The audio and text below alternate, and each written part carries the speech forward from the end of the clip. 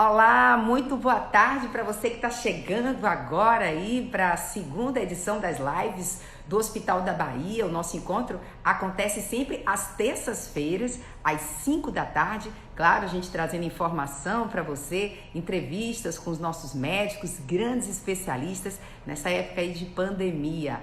A gente hoje vai receber a doutora Mariana Andrade, ela que é cardiologista, é também coordenadora da UTI cardíaca do Hospital da Bahia, além de presidente do Instituto de Ensino e Pesquisa do Hospital da Bahia. A gente vai falar, a doutora Mariana já deve estar chegando por aqui, a gente vai falar sobre os cuidados com o coração nesse período, né? Nesse período que exige tanto cuidado de nossa parte, de prevenção, principalmente para as pessoas que são do grupo de risco, né? Pessoas que têm problemas cardíacos, sofrem com hipertensão, com diabetes. Então ela vai falar bastante sobre isso aqui, sobre os cuidados que a gente deve ter nessa época de pandemia. Se você quiser participar, aproveite esse canal e mande a sua pergunta para você tirar aí as suas dúvidas em relação aos problemas cardíacos, a relação dos problemas cardíacos e a pandemia, e ao novo coronavírus. A doutora Mariana não chegou aqui ainda, mas daqui a pouquinho ela deve estar chegando. Deixa eu tentar aqui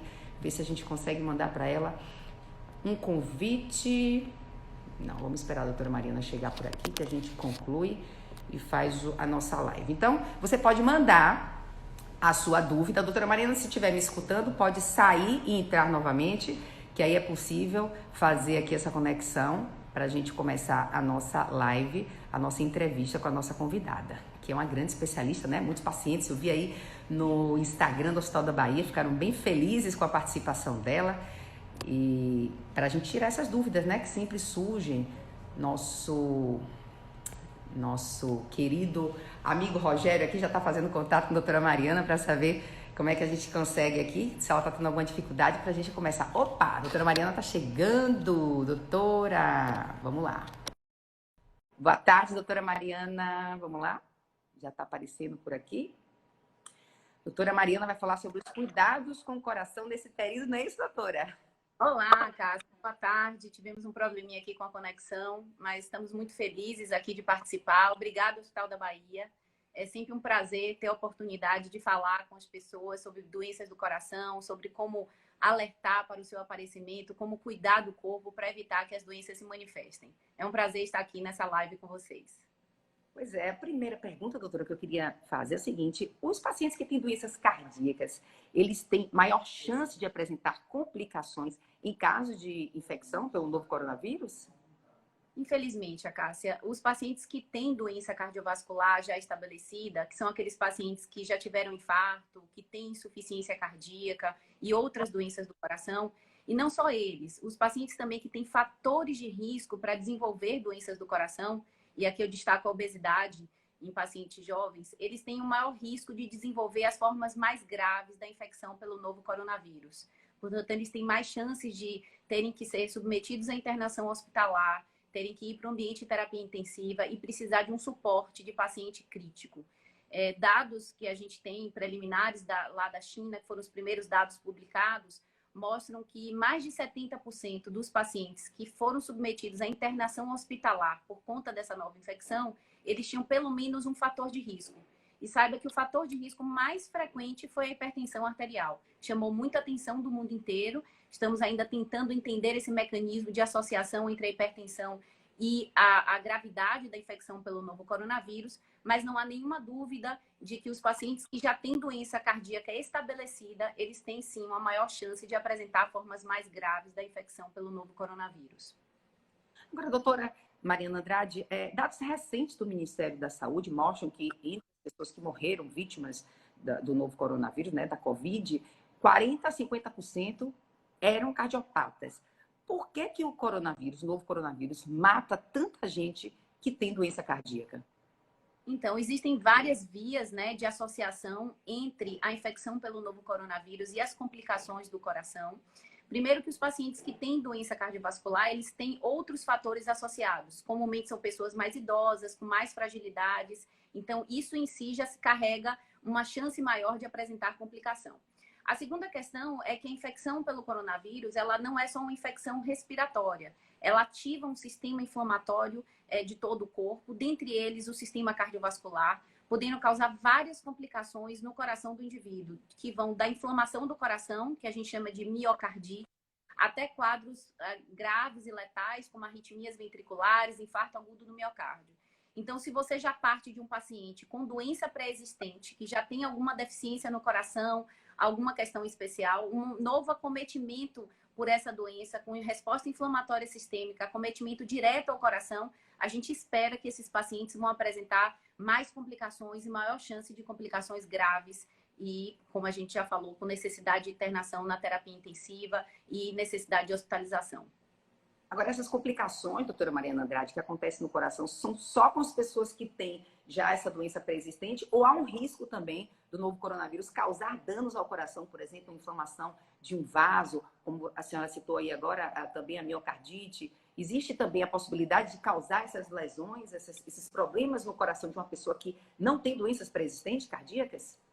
Sim, ela pode acontecer em indivíduos previamente saudáveis, mas a possibilidade de sobreviver, de resistir a esses eventos, ela é maior em quem tem um organismo previamente saudável, diferentemente daqueles indivíduos que já têm uma doença estabelecida. Mas ela pode acontecer, inclusive, em pacientes jovens. A gente tem visto muito, não só aqui em Salvador, no nosso hospital, mas no mundo inteiro, relatos de pacientes jovens sem qualquer comorbidade ou com comorbidades únicas, isoladas, que desenvolvem formas graves de acometimento cardíaco. Então, não há uma predileção para acontecer no cardiopata, apenas o cardiopata ele tem uma menor chance de resistir e de evoluir bem quando ele apresenta uma complicação por cima de uma doença estabelecida. Agora, as pessoas, doutora Mariana Andrade, que usam medicamentos para hipertensão, né, para controlar a hipertensão, vou falar aqui alguns dos mais conhecidos, losartana, valsartana, enalapril, captopril, elas devem continuar fazendo uso desses medicamentos ou há alguma relação aí, um risco, uma chance maior de se contrair o coronavírus pelo uso desses remédios? A Cássia, você tocou num ponto extremamente importante. Como a gente citou no começo da nossa conversa, os hipertensos, eles representam uma boa parcela desses pacientes que vão evoluir com formas mais graves, com necessidade de internação hospitalar. E as drogas mais utilizadas hoje no tratamento da hipertensão arterial são dessas classes que você citou. Os chamados inibidores de ECA, mais frequentes são o captopril e o enalapril, mas também os bloqueadores do receptor da angiotensina, mais frequentes a losartana. Essas são as drogas de primeira linha no tratamento da hipertensão arterial. Quando se começou a perceber a associação entre hipertensão arterial e as complicações da infecção pelo novo coronavírus, um dos mecanismos aventados é que o tratamento utilizado para o tratamento da hipertensão com essas drogas especificamente poderiam ser um fator complicador que levariam esses pacientes a terem formas mais graves. Isso criou uma grande confusão no mundo inteiro, muito alerta, todas as sociedades se reunindo para entender melhor. E hoje o que é que a gente sabe, o que é que a gente preconiza? Não há nenhuma comprovação de que seja esse o elo de ligação entre a hipertensão arterial e as complicações do novo coronavírus. Não há nenhuma comprovação de que essas medicações elas façam mal ao indivíduo, tanto que não tem a infecção ainda estabelecida, quanto aqueles que têm infecção estabelecida. Então, as recomendações de todas as sociedades, incluindo a nossa Sociedade Brasileira de Cardiologia, é que o indivíduo mantenha o seu tratamento que ele já vinha em uso para hipertensão. Quanto melhor controlado, mais afastado da necessidade de um serviço de emergência esse indivíduo vai estar mais protegido e somente modifique o seu tratamento se for por orientação médica. Quando você fala em modificar o tratamento, doutora, é porque o médico pode optar, por exemplo, por substituir a substância, ou seja, a medicação que a pessoa faz uso contínuo? Isso, independente dessa situação que a gente está vivendo, Cássia. Então, você pode fazer permuta entre diferentes medicações de acordo com a resposta do indivíduo, você pode fazer associações diferentes, mas nesse momento não há nenhuma recomendação para se modificar, nem para a classe médica, nem para a população em geral, para se mexer nessa associação. Inclusive, já tem trabalhos aí aventando, talvez, que essas sejam medicações que ofereçam proteção específica a essa infecção. Então, esse é um momento de calma, as informações estão sendo produzidas, a compreensão dessa doença ainda está numa fase muito inicial. Então, nesse momento, Muito novo. A recomendação nesse momento é que mantenha o seu tratamento da forma como você está fazendo, exceto se houver uma orientação médica por alguma outra razão para modificar ou para, enfim, para fazer qualquer alteração no seu tratamento. Isso é uma mensagem extremamente importante para quem está nos acompanhando aí nessa entrevista.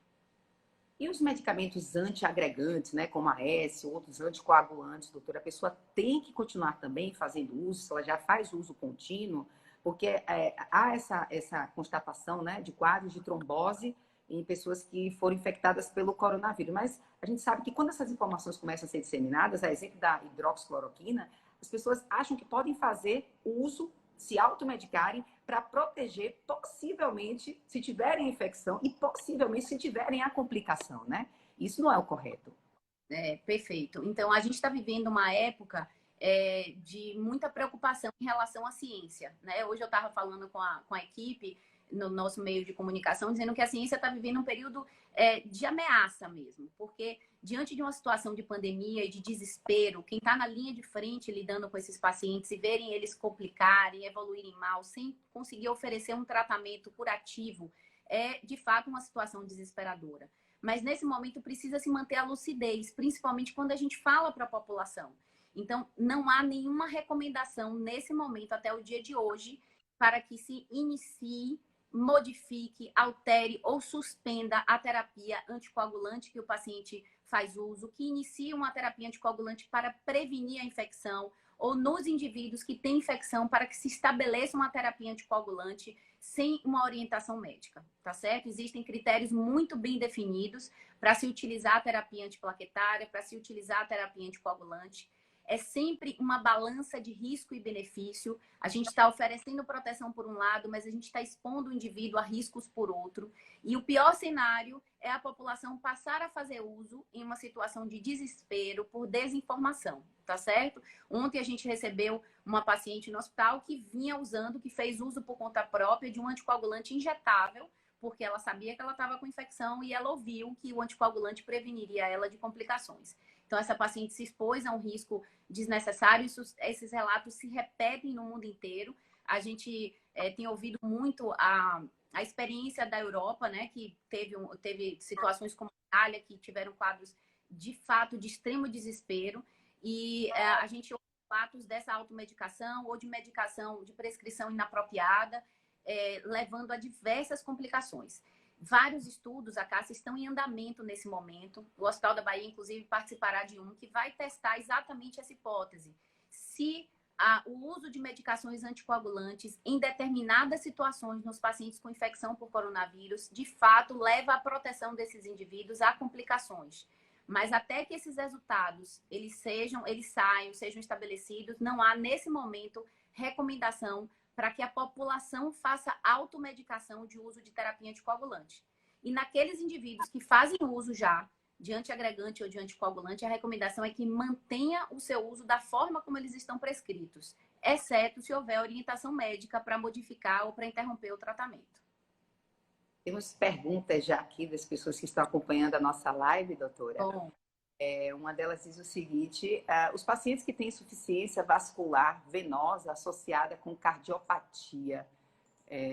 Não fez a pergunta, né? Ele quer saber esses pacientes que têm insuficiência vascular venosa associada com cardiopatia. Acho que tem risco, acho que ele quer saber se existe um risco maior, né? Então, os portadores de doenças crônicas, de uma maneira geral, por várias razões, como eu falei, frequentemente essas doenças se associam. Então, o paciente que tem doença vascular periférica, doença vascular central, eles frequentemente têm, além disso, diabetes, dislipidemia, hipertensão, tem obesidade, tem cardiopatia associada. Então, frequentemente, esses pacientes eles são mais vulneráveis a complicações da infecção pelo novo coronavírus. Assim como com outras infecções também, Cássia. Então, quando a gente está falando de populações muito grandes acometidas, a gente começa a ver esses números ganharem proporções estratosféricas. Mas já é sabido há muito tempo que o indivíduo que tem doença crônica, quando ele é acometido por uma infecção aguda, ele é mais vulnerável a apresentar complicações. E essa premissa se mantém para os pacientes com infecção pelo novo coronavírus. Outra pergunta aqui, doutora Magda Silva, se não me engano, diz aqui: Em caso de dor no peito ou de falta de ar, como devo proceder? Como saber se é um problema cardíaco ou falta de ar pelo coronavírus? Então, isso também é uma pergunta extremamente interessante. Saiba que não tem uma receita de bolo para isso. Na verdade, quando a gente está diante de um paciente, a gente monta um quebra-cabeça. Então, a gente tem que saber quem é esse paciente. Se é um paciente que ele já tem fator de risco para doença cardíaca estabelecida.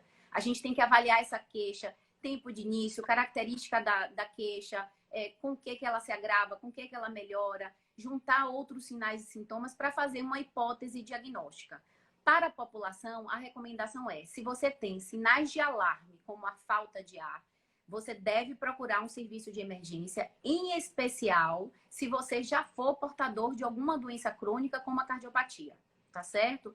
Agora, não é qualquer queixa, qualquer queixa passageira, transitória, sem nenhum sinal de gravidade, que deve levar a se expor ao serviço de emergência de maneira desnecessária. Mas no aparecimento de sintomas que podem tanto significar uma descompensação de uma doença cardíaca, quanto significar sinais de alarme da infecção pelo novo coronavírus, você deve sim procurar um atendimento para que isso possa ser esclarecido e a melhor conduta orientada. Pegando carona aí na dúvida do paciente, né, que mandou aqui para a gente, doutora, eu queria saber, nos casos de ocorrência de dor no peito associada a suor excessivo, a falta de ar, se é recomendável também que as pessoas procurem a emergência, se tem alguma recomendação especial, se a pessoa já tem esse problema cardíaco, né? Porque pode não ser coronavírus, mas pode ser sintomas de infarto, e as pessoas têm receio de ir ao hospital e muitas vezes não vão com emergência, com receio de pegar o coronavírus ou de morrer pelo coronavírus, mas podem vir a falecer por conta de um outro problema, que é um problema cardíaco, com esse medo de pegar a infecção. Perfeito. Talvez essa seja a informação mais importante da nossa conversa aqui. Isso é extremamente importante, porque o mundo inteiro tem alertado a mídia enfim, todas as organizações que estão lidando com a população, têm alertado muito em relação à infecção pelo novo coronavírus. Mas pouco se tem falado e pouco se tem dado atenção aos pacientes que descompensam das suas doenças de base. A gente tem recebido, não só aqui, mais uma vez, essas histórias têm se repetido no mundo inteiro, mas a gente tem recebido os pacientes muito tardiamente. Pacientes que chegavam com sintomas de infarto nas primeiras horas, em que nos é permitido um tratamento eficiente para recuperar aquele indivíduo, estão chegando agora com dias de evolução, já com complicações instaladas, tornando muito mais difícil a chance de recuperação e a chance de um tratamento eficiente. Então, se você é um paciente que tem fator de risco para doença cardíaca, ou você já tem uma doença cardíaca estabelecida, principalmente aqueles indivíduos que já tiveram infarto ou que já sabem serem portadores de doença aterosclerótica do coração, na ocorrência de dor no peito associada a mal-estar, sudorese e falta de ar, não retarde a sua busca a um serviço de emergência. Busque um serviço de emergência de qualidade, apropriado para atender esse tipo de paciente, que se preocupe também, fundamentalmente, com a segurança da sua permanência no serviço de emergência, então que faça a separação adequada, seguindo as recomendações da Organização Mundial de Saúde, que você fique separado dos indivíduos com suspeita de infecção, mas que você não retarde. Isso tem aumentado significativamente a mortalidade, a chance de complicação dos nossos pacientes portadores de cardiopatia, por medo de acessar o sistema de saúde, quando eles estão apresentando uma descompensação que é muitas vezes mais grave do que a infecção pelo novo coronavírus. Então fica aí essa mensagem que é extremamente relevante e importante da gente discutir na mídia e nesse espaço que o Hospital da Bahia está oferecendo. MGVEL 3, assim que a pessoa se identifica aqui na nossa live, pergunta o seguinte: temos um oxímetro em casa para identificar a saturação. Qual o valor ou índice para considerar que possa ser uma suspeita de coronavírus? Quando considerar nível? Perfeito. Então, assim, inclusive, sumiram os oxímetros do mercado, não se acha mais nos pacientes que têm verdadeira indicação de ter, porque houve também um alarme exagerado na mídia e um pouco de desinformação. Então, vamos esclarecer isso. O oxímetro é um instrumento extremamente valioso para monitorização dos pacientes que estão com indicação para fazer. Então, por exemplo, um paciente que tem a infecção diagnosticada pelo coronavírus, que foi atendido, seja pelo seu médico, seja pela unidade de assistência ambulatorial, seja pelo serviço de emergência, e que não preenche critérios para internação hospitalar. Naquele momento, ele está ao exame físico do médico, do serviço de emergência avaliado, ele, apesar de ter a infecção, ele está bem, ele se encontra bem, ele não tem critérios para ser hospitalizado. Muitas vezes a gente recomenda que aquele indivíduo que tenha um oxímetro em casa possa monitorar a sua oxigenação, porque é o principal critério que a gente utiliza hoje, dentre outros, mas um dos principais critérios que a gente utiliza para a internação desses pacientes no ambiente hospitalar. Diferentes critérios são utilizados, mas a gente considera um ponto de corte de 94%, alguns utilizam 93%, outros 92%. Abaixo desse valor de 94%, a gente já considera que o indivíduo está no ambiente com algum grau de hipoxemia e, às vezes, até o indivíduo consegue manter ali 93, 94, mas às custas de um trabalho respiratório aumentado. Ele começa a ficar ofegante para manter aquela oxigenação. Mas, veja, não utilize o oxímetro de maneira deliberada, sem uma indicação precisa, porque muitas vezes você está criando alarme, criando situações desnecessárias. Ele não é um instrumento para diagnóstico de infecção pelo novo coronavírus. Ele é um instrumento valioso, quando bem indicado, para avaliação de critérios de gravidade nos pacientes que estão com essa infecção ou com outras situações que acometam o trato respiratório. Tem mais perguntas aqui sobre o oxímetro, doutora. A Renê Vilela diz: gostaria de saber se o oxímetro mede mesmo, de maneira correta, a oxigenação no caso do portador da Covid-19. Então, ele é feito para medir, ele é um instrumento adequado. Tem alguns cuidados que a gente precisa ter. Então, o posicionamento correto no dedo, preferencialmente sem esmalte, especialmente os esmaltes de cor escura, eles atrapalham essa aferição.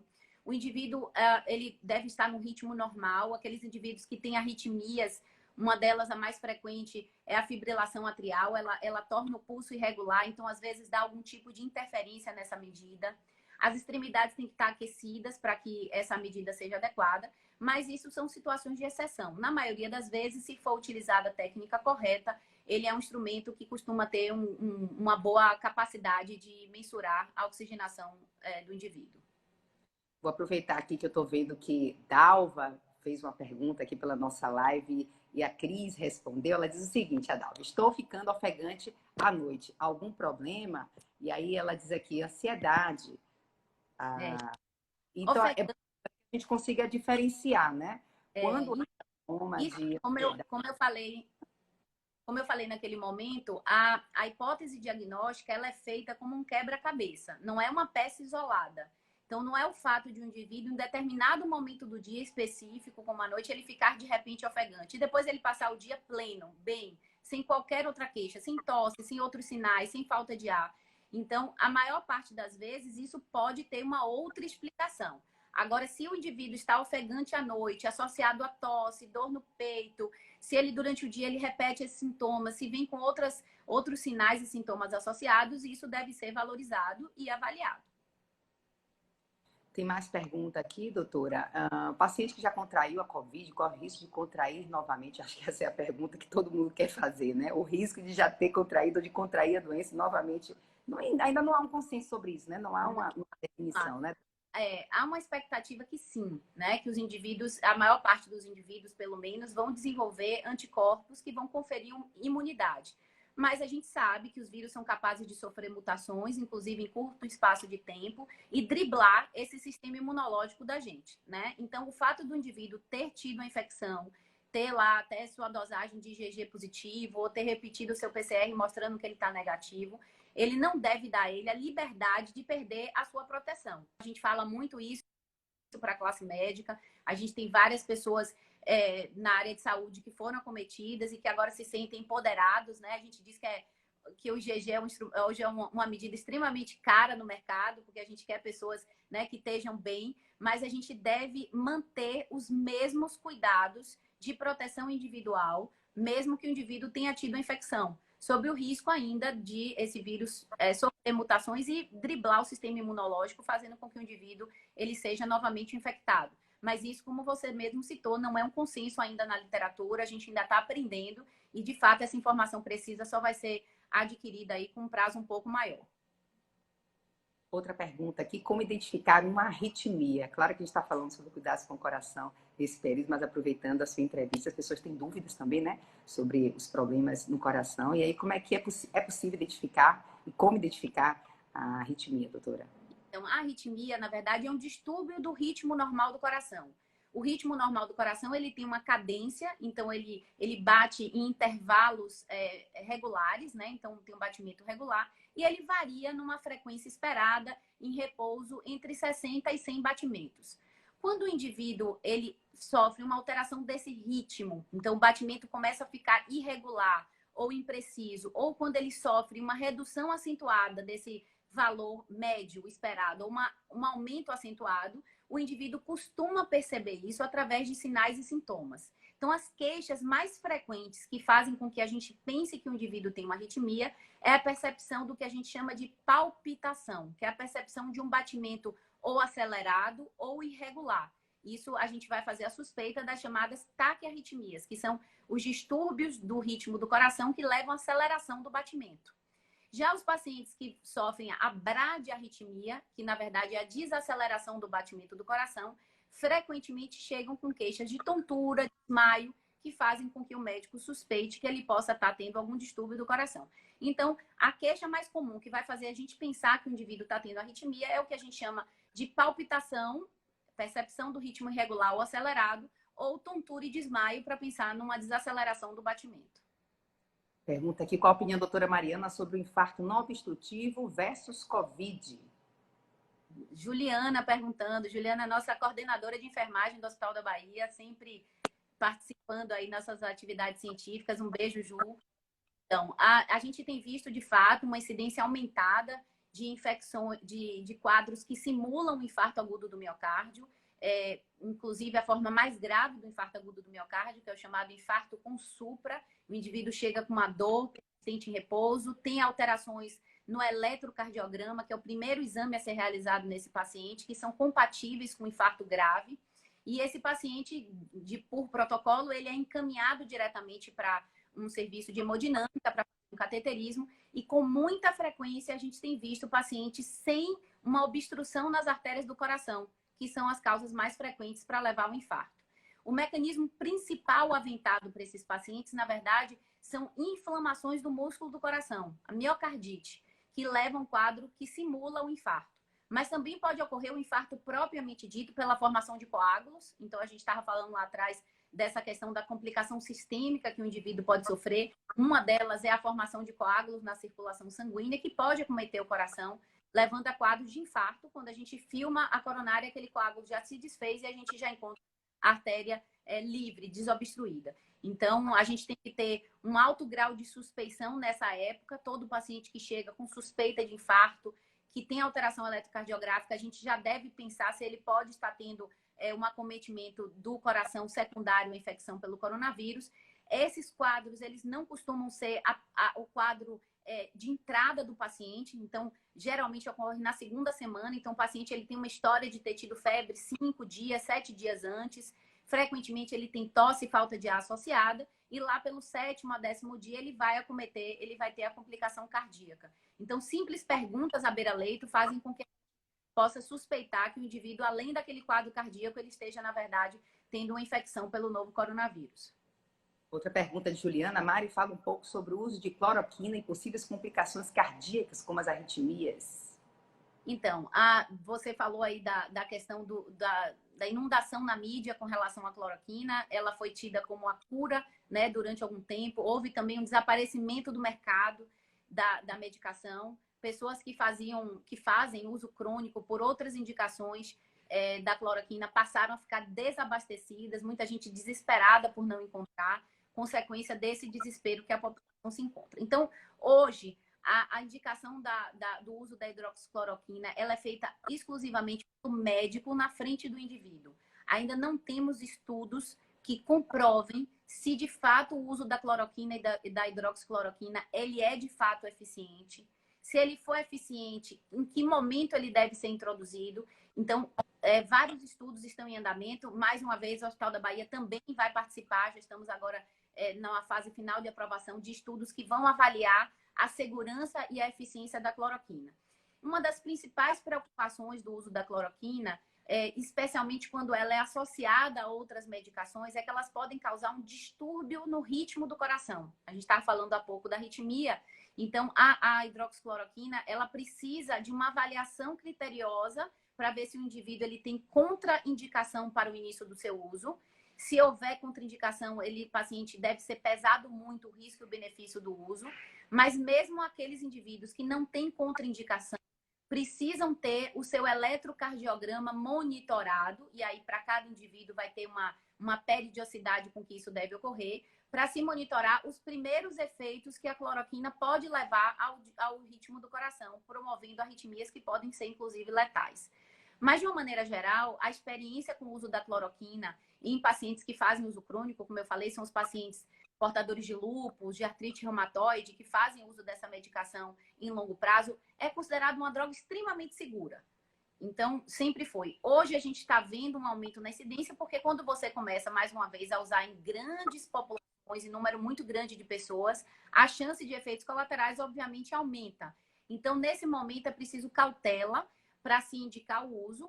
O médico, diante do seu paciente, avaliando ele criteriosamente, pesando o risco-benefício, fazendo uma avaliação de critérios de indicação e contraindicação para se utilizar essa e outras drogas que estão sendo utilizadas, ainda sem uma comprovação final de segurança e eficácia, dado o momento que se está vivendo da pandemia. Tem mais pergunta aqui, doutora. Pressão baixa, 3 semanas e falta de ar podem ser problemas de insuficiência cardíaca ou desidratação? Pode. Então, aí são sintomas inespecíficos, eles não caracterizam especificamente uma doença. Eles podem, inclusive, ser sinais de gravidade de vários tipos de doença. Dentre elas, quadros infecciosos, quadros cardiológicos. Então, se você está cursando com pressão baixa, associado a outros sinais, você precisa de uma avaliação médica. Não necessariamente num serviço de emergência, mas você precisa de uma orientação para que se individualize o seu caso e ele possa dar a orientação mais precisa. Outra pergunta aqui, já está acabando o nosso tempo, mas tem muita gente interessada em saber aqui essa relação da Covid com a possibilidade de se ter já uma doença pré-existente cardíaca e também com a necessidade de ir ao hospital e não ter risco. Aqui tem uma pergunta de um paciente que diz o seguinte: se precisar realizar algum procedimento no ambiente hospitalar, é seguro em tempos de coronavírus? Então, existem hospitais que estão extremamente preocupados com a assistência dos indivíduos que não estão infectados com coronavírus. Então, eu citei isso anteriormente. As doenças, elas continuam acontecendo. Ninguém deixou de infartar, ninguém deixou de ter AVC, ninguém deixou de ter inflamação aguda da vesícula. Então, é preciso que os hospitais que se prestam à assistência desses indivíduos em situação de emergência tenham uma preocupação de seguir as recomendações dos órgãos controladores, né? Então, o Hospital da Bahia, por exemplo, criou desde o começo um fluxo muito diferenciado para dar segurança não só aos pacientes que procuram o hospital no serviço de emergência, mas também aqueles que têm doenças crônicas e que precisam de procedimentos que, apesar de não serem emergenciais, são necessários.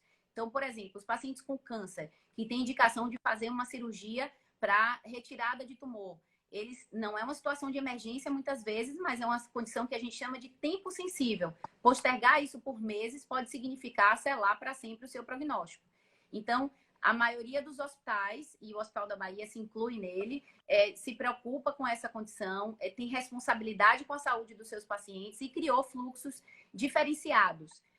Então, todo indivíduo que tem indicação pelo seu médico de fazer um procedimento ou emergencial ou apesar de ser eletivo, mas que seja tempo sensível, deve sim procurar um serviço que se preocupe com isso e fazer o seu procedimento com toda a segurança.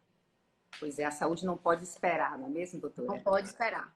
E, inclusive, no Instagram do hospital, que tinha uma paciente sua dizendo que estava lhe devendo uma visita para continuar o tratamento por conta dessa época da pandemia. E aí que você fala para ela, não pode deixar, né? A pessoa não pode... Com certeza. A gente...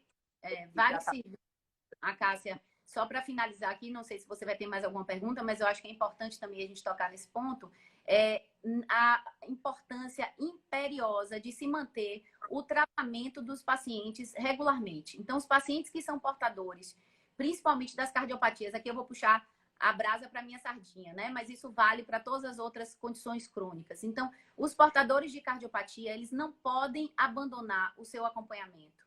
Eles não podem abandonar os seus tratamentos.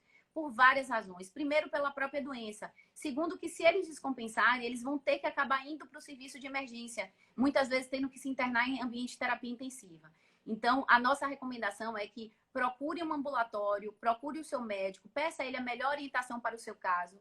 Vários médicos, como eu, temos feito teleatendimento para aqueles pacientes mais frágeis, mais vulneráveis para frequentar o serviço de saúde, mas para a imensa parte da população, o ambulatório ele continua sendo um ambiente seguro. Lá no Hospital da Bahia, inclusive, o nosso serviço hoje, se você for lá, você vai ver a extrema preocupação que a gente tem. Todos os profissionais e todas as pessoas que frequentam estão de máscara, higienizam as mãos com frequência, as cadeiras estão adequadamente separadas para permitir o distanciamento. O horário das visitas estão espaçados para evitar aglomerações. Só permitimos um acompanhante por pacientes idosos. Os médicos estão todos paramentados. Então, há uma preocupação necessária nesse momento para se preservar a saúde dos indivíduos sem abdicar do acompanhamento e do tratamento que esses pacientes precisam e merecem ter. Obrigada, doutora Mariana. Muito esclarecedora a entrevista aqui com a senhora. Muitos elogios, inclusive, aí dos seus pacientes, das pessoas que estão acompanhando, também de outros médicos. Muito obrigada. Eu queria, inclusive, lembrar para você aí que está acompanhando a nossa live com a doutora Mariana, que a semana que vem, quem vai estar aqui é o doutor Jadelson Andrade, que é o pai da doutora Mariana Andrade, que é o superintendente do Hospital da Bahia.